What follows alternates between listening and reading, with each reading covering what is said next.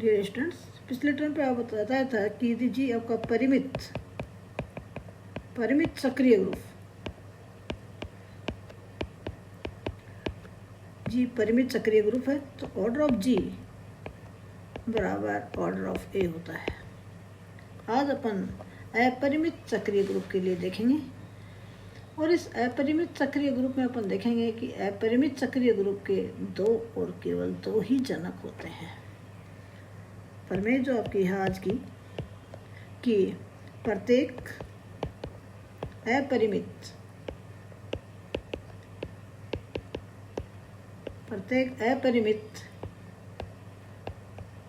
सक्रिय ग्रुप के दो और केवल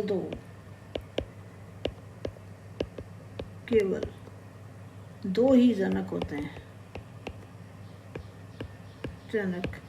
हैं।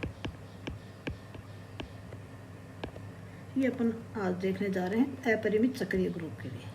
तो जी आपका सक्रिय ग्रुप है तो जी को अपन कैसे ए द्वारा ध्वनित सक्रिय ग्रुप है तो अपन इसको इस तरह से लिखते हैं। और आपको पिछले बार बताया था, ये भी बताया था कि यदि ए सक्रिय ग्रुप का जनक है तो ए इनवर्स भी उसका जनक होता है। आज भी अपन उसको थोड़ा सा देख लेते हैं। तो पहले अपन ए द्वारा ध्वनित सक्रिय ग्रुप लेंगे और अपन बताएंगे कि ए सक्रिय ग्रुप का जनक है तो ए इनवर्स भी उसका जनक है। उसके बाद में अपन यहाँ पर देखेंगे कि ए और ए इनवर्स दोनों समान नहीं है, बराबर नहीं है। और उसके बाद में ए की कोई पूर्णांक घात m लेकर जो m नॉट इक्वल टू 1 है भी जी का एक जनक है। और जी का जनक जैसे ही अपन लेंगे और उससे अपने पास जो रिजल्ट सामने आएगा कि जी परिमित ग्रुप है, इसका विरोधाभास हो जाएगा। इसका मतलब ए की power m not equal to ±1 जी का जनक नहीं है। और उससे आपके पास आ जाएगा कि जी के दो और केवल अपरिमित सक्रिय ग्रुप के दो और केवल दो जनक होते हैं। तो यहाँ पर अपन ये लेके चलेंगे अपरिमित सक्रिय ग्रुप। तो माना जी है ए द्वारा जनित अपरिमित सक्रिय ग्रुप है।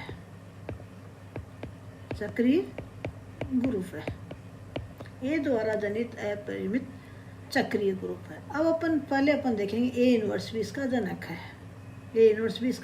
जनक है। तो माना आपके पास x जी का स्वेच्छ अवयव है,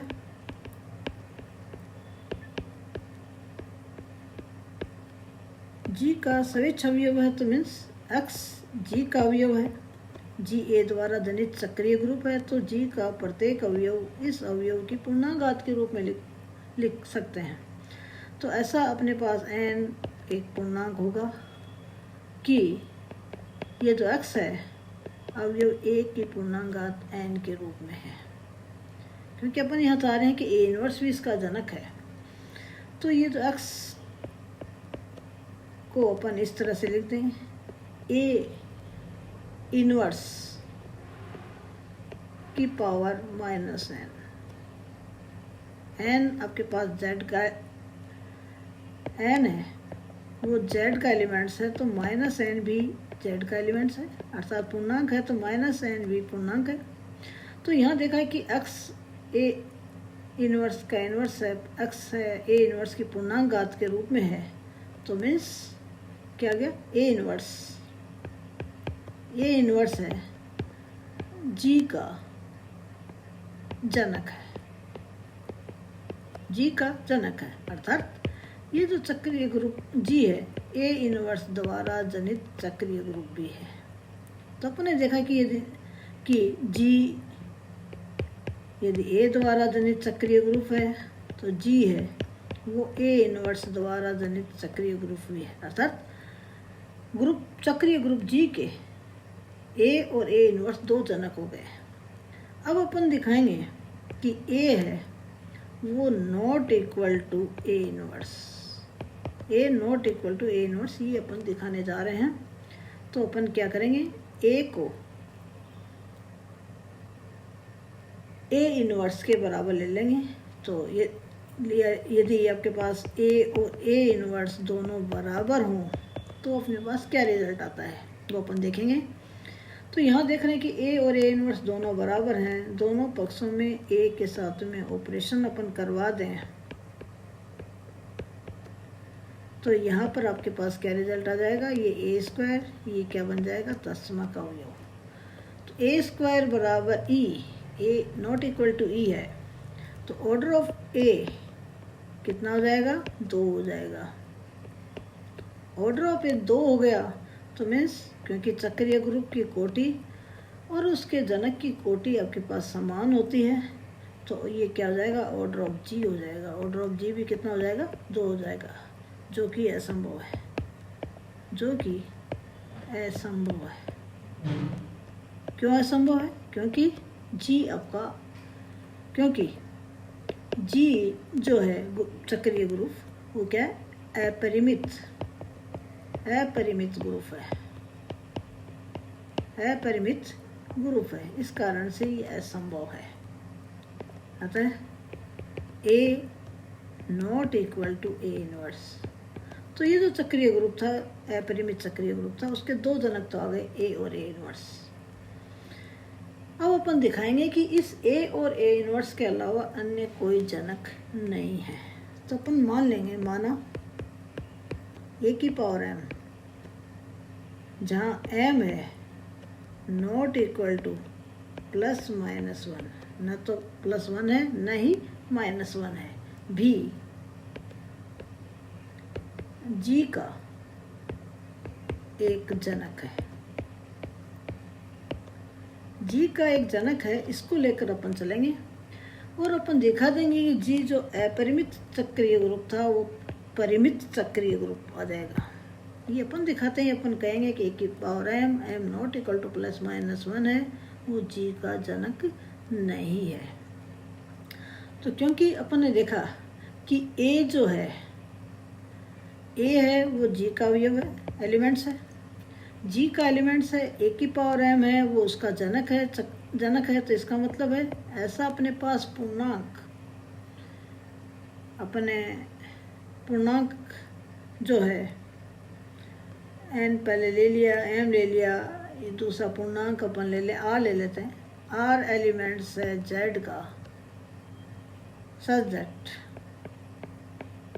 दैट क्या, ए इक्वल टू ए की पावर एम की पूर्णांक घात आर, ए की पावर एम की पूर्णांक घात आर, तो ये क्या आ जाएगा, ए इक्वल टू ए की power M R, A equal to A की पावर एम आर, ये आ जाएगा। ए दोनों पक्षों में ए इनवर्स के साथ में ऑपरेशन करवा दें तो क्या आ जाएगा, ए इनवर्स बराबर ए की power M R A inverse, ये पक्ष लेफ्ट हैंड साइड है वो क्या आ जाएगा, ई बन जाएगा तत्समक अवयव, और ये आ जाएगा ए की पावर एम आर माइनस 1। तो यहाँ अपन देख रहे हैं कि जो रिजल्ट अपने पास यहाँ पर आ रहा है, ए ई इक्वल टू ए की पावर एम आर माइनस 1, ये रिजल्ट आ गया। या यूँ कहें कि अपने पास ए की पावर एम आर माइनस 1 है वो तत्समक बन गया, और ये तत्समक आ गया तो इसका मतलब है एम आर माइनस 1 ये आपके पास है धनात्मक पूर्णांक भी हो सकता है और ऋणात्मक पूर्णांक भी हो सकता है। ये धनात्मक पूर्णांक है तो इसको अपन ऋणात्मक ए इनवर्स के रूप में अपन ले लेंगे, ए इनवर्स की power minus M R plus 1, तो ए इनवर्स की जो पूर्णांक घात है वो धनात्मक हो जाएगी, और ए इनवर्स की या अपना यदि ये धनात्मक है तो ए की पावर है धनात्मक पूर्णांक है, और बराबर ई आया तो इसका मतलब ऑर्डर ऑफ ए है वो less than equal to M R -1 हो जाता है। और अपन ने देखा था कि ऑर्डर ऑफ ए बराबर ऑर्डर ऑफ ए इनवर्स होता है, तो ये धनात्मक है या ऋणात्मक है वो मैटर नहीं कर रहा है। यहाँ पर यदि ए की पावर एम आर -1 बराबर ई आ जाता है तो मीन्स अवयव ए की जो कोटि है वो परिमित होगी। कैसे होगी? परिमित है। अवयव ए की कोटि परिमित है, ऑर्डर ऑफ ए फाइनाइट है, तो मीन्स ऑर्डर ऑफ जी भी फाइनाइट होगा। ऑर्डर ऑफ जी है क्योंकि जी के सारे एलिमेंट्स इस एलिमेंट्स ए की पूर्णांक घात के रूप में हैं, तो यदि ऑर्डर ऑफ ए फाइनाइट है तो ऑर्डर ऑफ जी भी फाइनाइट होगा। ये भी परिमित है। ये भी कैसा है? परिमित है। ऑर्डर ऑफ जी परिमित है तो इसका मतलब जो कि संभव नहीं है, जो कि असंभव है। क्यों? क्योंकि जी आपका अपरिमित ग्रुप है, जो कि असंभव है। या यूँ कहें कि जी के परिमित होने का विरोधाभास है। अतः ए की power M not equal to ±1 जी का जनक नहीं है। जी का जनक नहीं है। तो चक्रीय ग्रुप जी जो ए द्वारा धनित है उसके कितने जनक थे? ए और ए इनवर्स। फलतः अपरिमित परिमित चक्रीय ग्रुप जी जो कि ए द्वारा धनित था के दो और केवल दो जनक, केवल दो ही जनक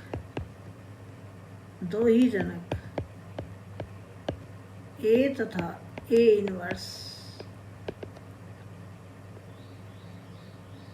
होते हैं।